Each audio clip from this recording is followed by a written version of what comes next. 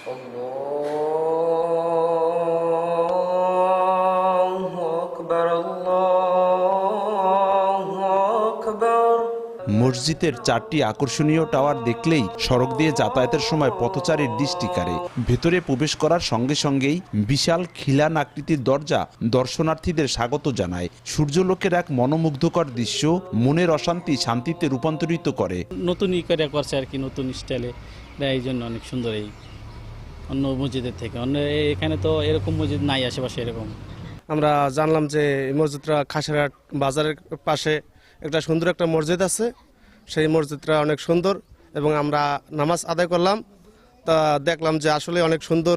200 থেকে 300 মানুষের একসঙ্গে নামাজ আদায়ের লক্ষ্যে 2022 সালে প্রতিষ্ঠিত হয় মসজিদটি। নির্মাণের 3 বছরের মাথায় 2025 সালে ফ্রান্সে অবস্থিত একটি আন্তর্জাতিক ডিজাইন প্রতিযোগিতা গ্লোবাল ডিএনএ প্যারিস অ্যাওয়ার্ড অর্জন করে। কারুকার্য নান্দনিক হওয়ায় পুরস্কার পাওয়ায় খুশি মুসল্লিরা। অন্যান্য মসজিদ থেকে এই মসজিদটা একটু পার্থক্য লাগলো, কারণ এটা কারুকাজ এবং নকশাটা আমার দ্বারা একটু ভিন্ন মনে হয়। কারণ আমি প্রায় 12 বছর যাবৎ ঢাকাতে ছিলাম, কিন্তু অনেক মসজিদে নামাজ পড়ছি, কিন্তু এরকম সুন্দর বা কারুকার্য এবং উপরে যে লাইট ছাড়াই পরিষ্কার পরিচ্ছন্ন দেখা, এটা আমি কখনো দেখি না। এই যে আমার জীবনের আজ প্রথম আবার আমি এখানে নামাজ পড়লাম। এটা দেখতে খুব সুন্দর, এটা ভালো।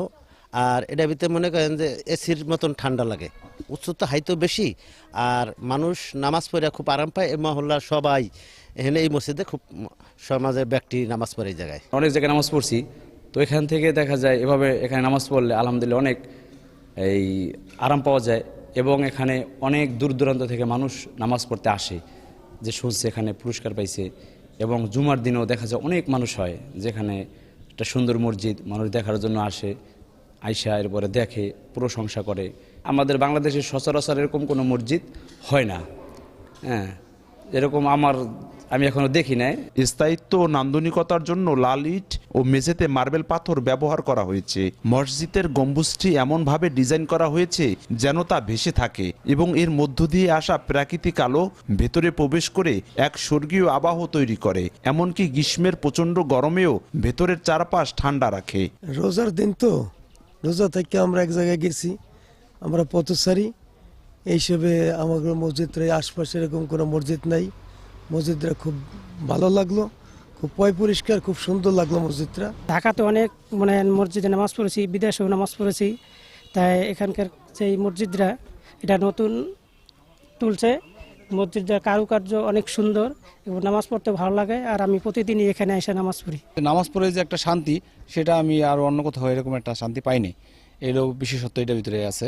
আমি আজান দেই, আজানের ডাকে মুসল্লিরা সাড়া দেয়, তারা নামাজ পড়তে আসে, নামাজ আদায় করে, আল্লাহ তাআলার ইবাদত করে। এটা আমার কাছে খুব ভালো লাগে আলহামদুলিল্লাহ। মসজিদের যে ডিজাইনটা অনেক সুন্দর। এবার বাহিরের যে রাষ্ট্র আছে তাদের কাছে মূলত এটা অনেক সুন্দর হয়েছে, তাদের কাছে ভালো লাগছে, সেই উপলক্ষে আর কি মসজিদে পুরস্কার পাওয়া। নানা শ্রেণী পেশার মানুষ এক কাতারে দাঁড়িয়ে নামাজ আদায় করেন। শুক্রবার জুমার দিনে গ্রামগঞ্জের মুসল্লিরা ছুটে আসেন এখানে। মাদারীপুরের কালকিনি উপজেলার খাসিরহাট এলাকায় বাইতুর রায়ান মসজিদটি অবস্থিত। আরিয়াল খান নদের পাড়ে নির্মাণ করা হয়েছে দৃষ্টিনন্দন এই মসজিদটি। পুরোটাই ব্যক্তিগত অর্থায়নে নির্মাণ করা হয়েছে।